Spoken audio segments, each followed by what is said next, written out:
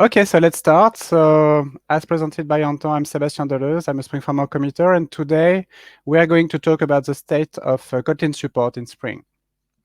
So Spring is by far the server-side leader on the JVM. So, a lot of people are using Spring Boot to develop web application, mostly Java developers, but an increasingly high number of Kotlin developers as well. Spring provides first-class support for both Java and Kotlin. And yeah, we have a lot of Spring Boot projects generated with Kotlin each year on start.spring.io. And since 2016, I think that was the first year of our support. Each year, there is more and more developers using Kotlin. But let's focus on Kotlin today. So if you want to start a new Spring Boot application in Kotlin, you will go on start.spring.io. You can select the Kotlin language. Typically, you will choose Gradle, but Maven is also available. Gradle is a kind of popular option when you are using Kotlin.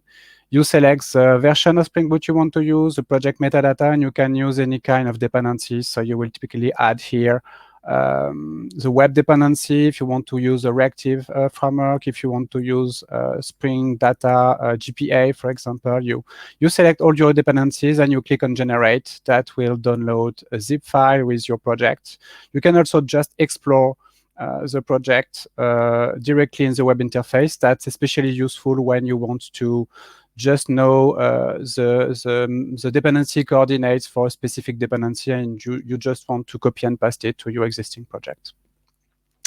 So the project that will be generated is this kind of thing. So that's a minimal Spring Boot Kotlin application. You can see that the class is annotated with Spring Boot application. The top level main function is calling run application, which is a function provided by Spring Boot to run your application. If you have selected Gradle, it will automatically generate the build file using Gradle Kotlin DSL. So Gradle was originally provided with the Groovy language, and Gradle team has added Kotlin support a few months or years ago. I think it has taken a few times to mature because basically it was a little bit slow at the beginning. It provided more Kotlin is statically typed, so it provides a better autocomplete experience, but it was a little bit resource consuming, and I'm pretty happy that the Kotlin and Gradle team has worked together. And nowadays with Kotlin 1.4 and latest Gradle version, I think Gradle Kotlin DSL is now ready for wide usage. You can also directly generate Spring Boot application in your IDE. So the support is available in IntelliJ IDE Ultimate, Visual Studio Code, or Eclipse. So you can directly use that within your IDE. Like Anton showed, you can follow the tutorial on spring.io/guides. So it will basically explain you how to build a Spring Boot application with Kotlin using Spring MVC, Spring Data GPA, mock. It will explain how to use JUnit 5 for testing, etc. So you can really follow that. It's useful for both developers that has already an experience on Java and that already know Spring Boot, but the developers want to learn how to do that in Kotlin, or if you have not yet used Spring Boot, you can already use that and start learning how to develop. We provide Spring Framework reference documentation in Kotlin. So by default, the Java code samples are displayed, but you can click on the Kotlin tab and it will show the Kotlin version. It's not automated translation. It's really idiomatic Kotlin code. So for example, if a Kotlin extension is available as a better alternative, it will be shown. If you are using the Spring Web Flux, it will show you code samples using the coroutines API instead of the reactive one.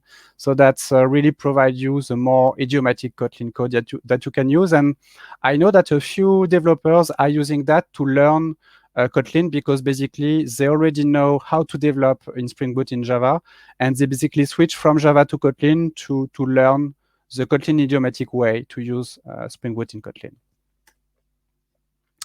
So now that you have chosen Kotlin to start your next Spring Boot project, you have a few more choices to make. We provide two different web server stacks. So the question is, do you need asynchronous or reactive programming? Easy answer is no, or if you don't know what means this question, I think Spring MVC with Tomcat is a safe bet. So that's our most popular option. With that, you will use typically for persistent Spring Data GPA or Spring Data JDBC if you use a SQL database. Spring Data JDBC is a more lightweight option, and Spring Data GPA is based on Hibernate and provide much more feature and a higher level option. Yeah. And you can also use Juke if you prefer. You have also access to Spring Data, NoSQL support for Redis, MongoDB, Elasticsearch, etc.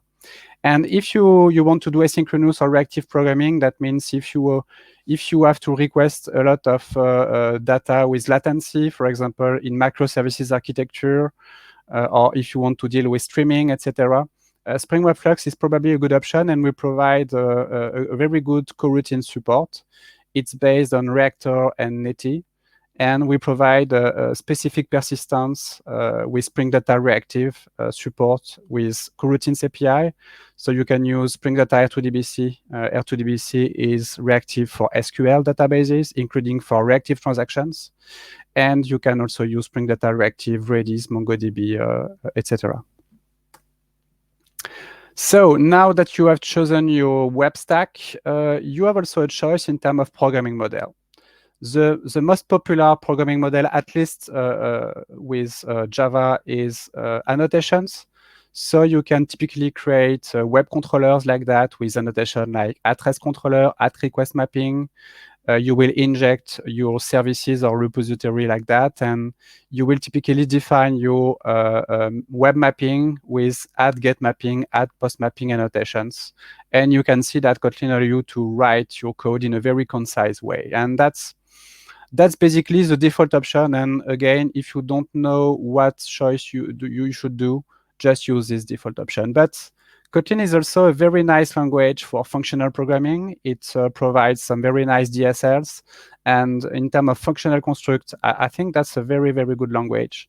So you can also write your web routes and various other things in a more functional way. So here, instead of using @controller, I'm using the router DSL, which is a Kotlin DSL that will allow you to define your web mappings in this way. So basically, you will write that using DSLs, lambdas, etc., instead of using annotations. And basically, underneath, this is the same thing that can use Spring MVC and Tomcat or Spring Web Flux and Netty.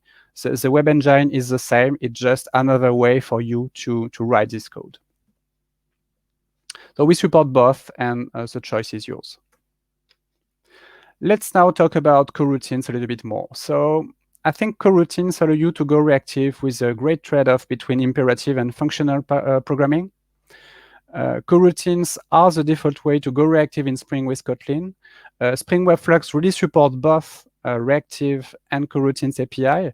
If you choose reactive, and that's perfectly fine, you will just use Flux and Mono Reactor API like you do in Java.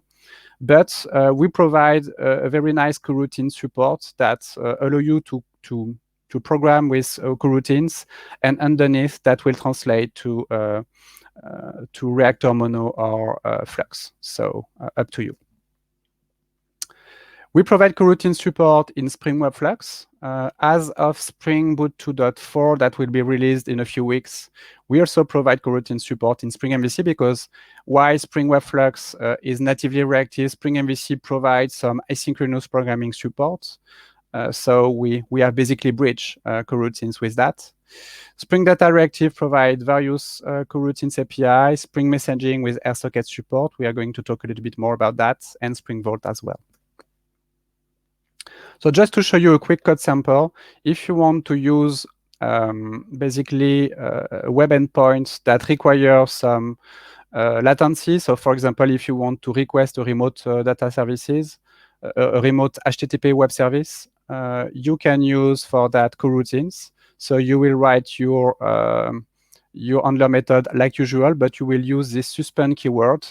And that will be conceptually the same that if you are using a completable feature of or Mono, but here you can just use plain domain object like here banner without using a wrapper. So that's pretty nice.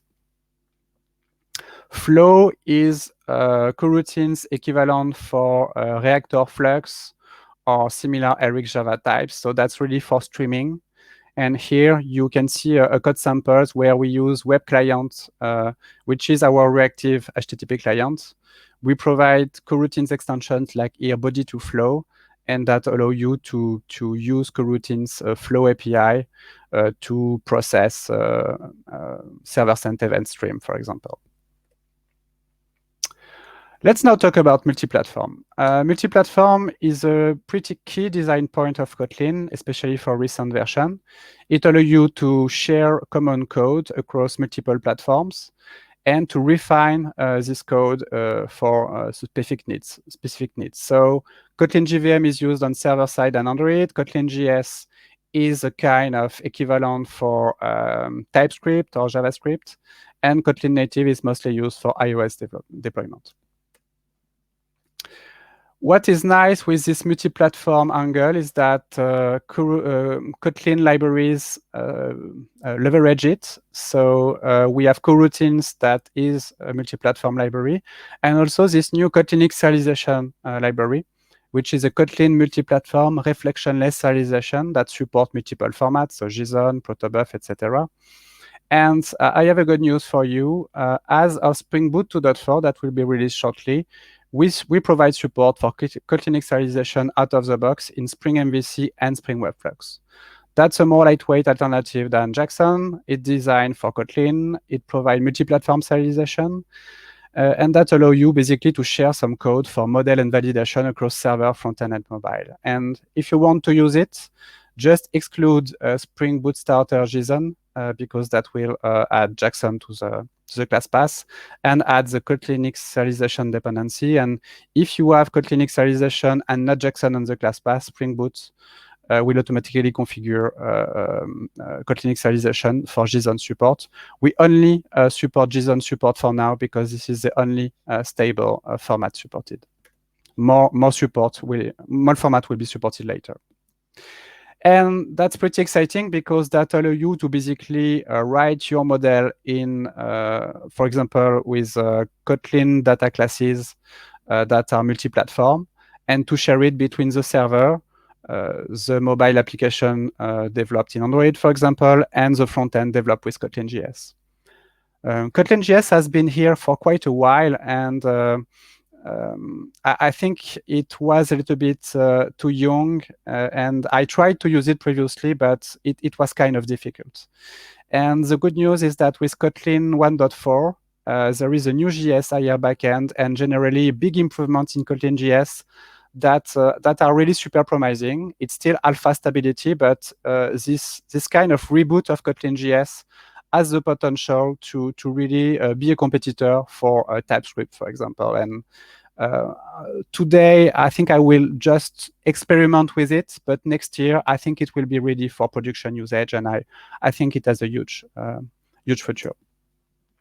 Even more promising, Kotlin WASM.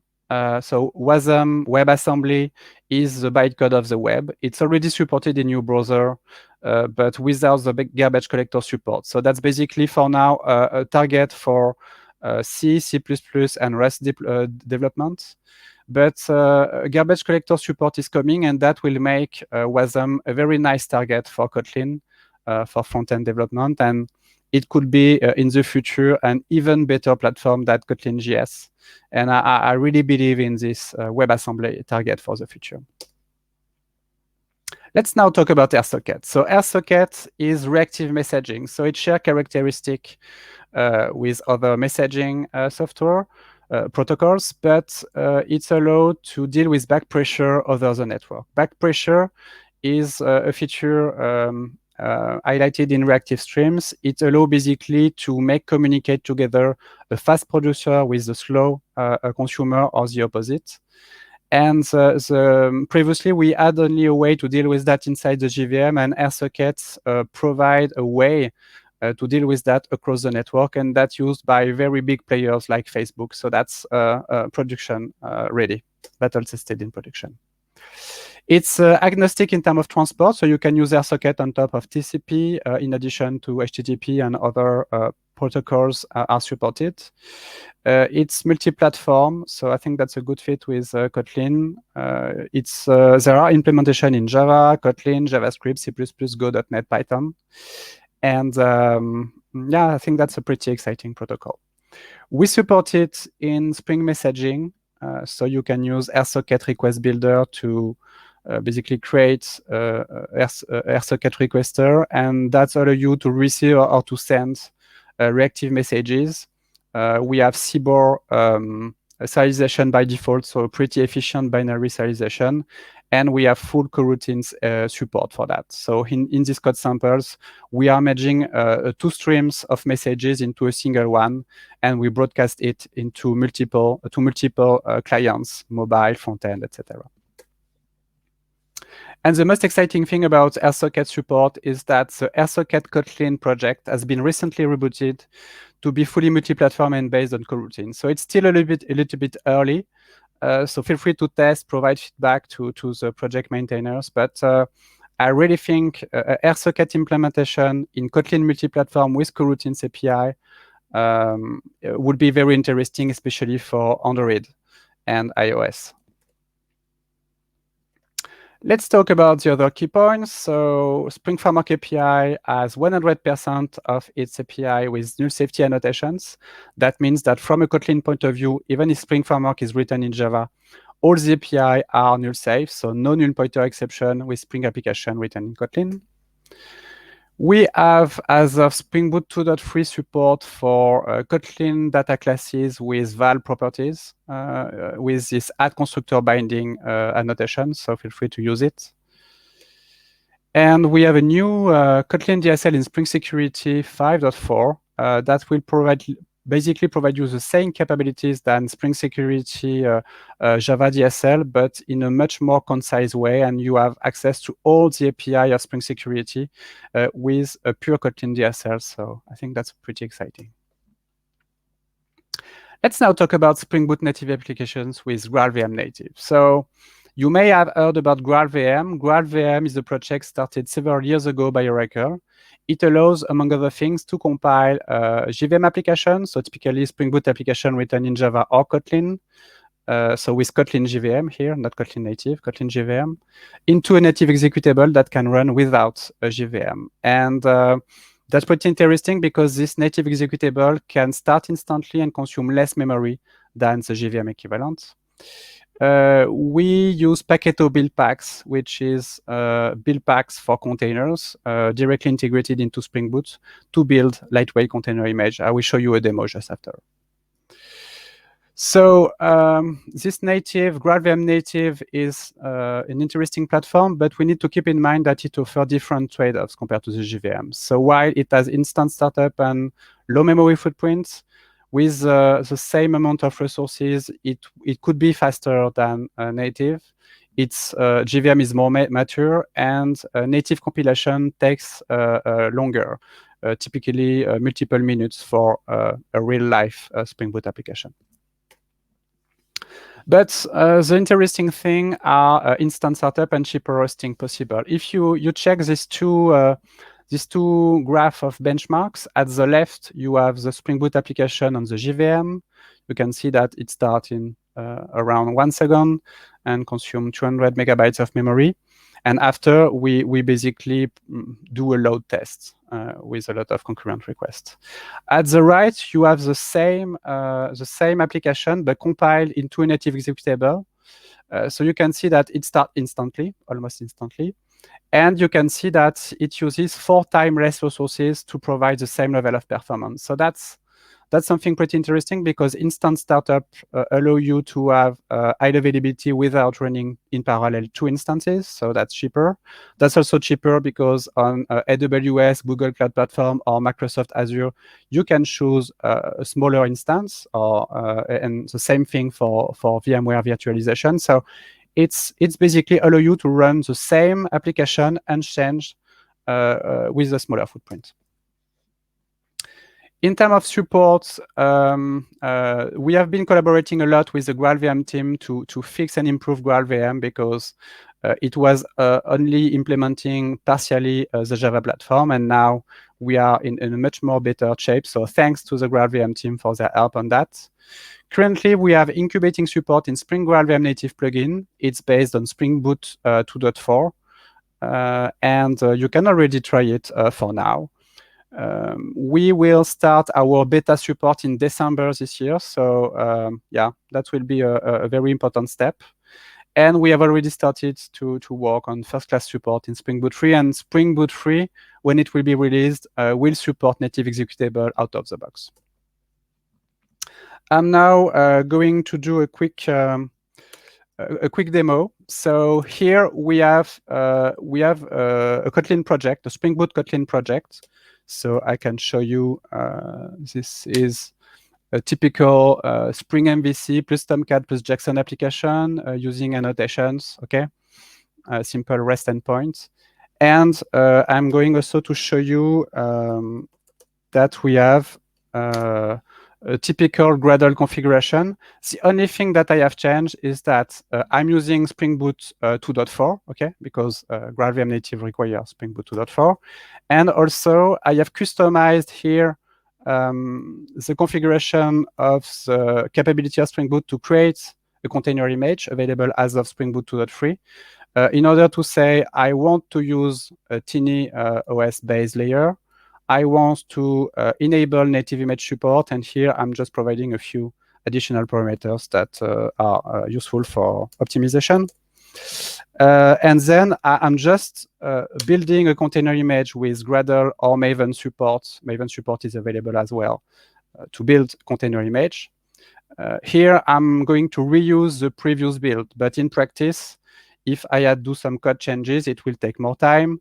And it will basically start a container, run a GraalVM native image compiler inside this container, create the native executable, and publish it into a container image used locally.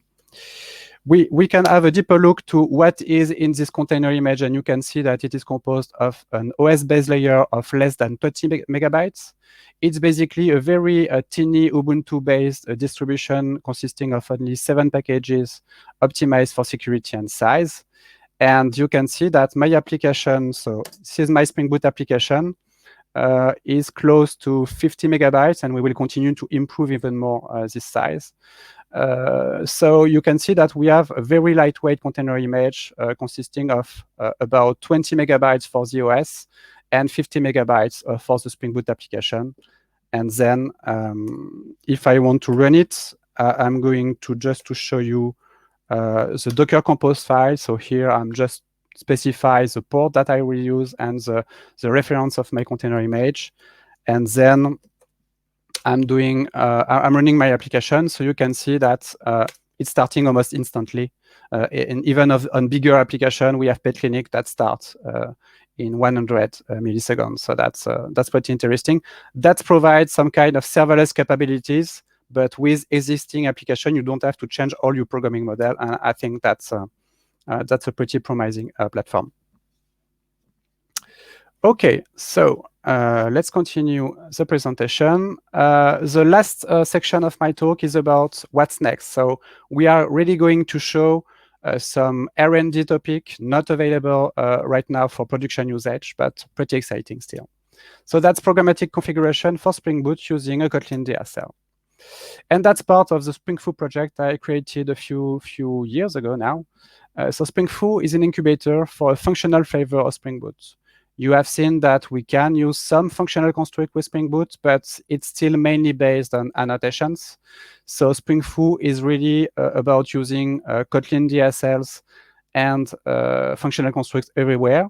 There is 2 DSLs provided, Kofoo and Jafoo. Kofoo is for Kotlin functional DSL, Jafoo is the Java version. But here I will only show the best DSL, which is the Kotlin one. So typically, with the Spring Boot application configured with Spring Boot, you keep the same start.spring.io to start your project. It's still based on the Spring Boot infrastructure.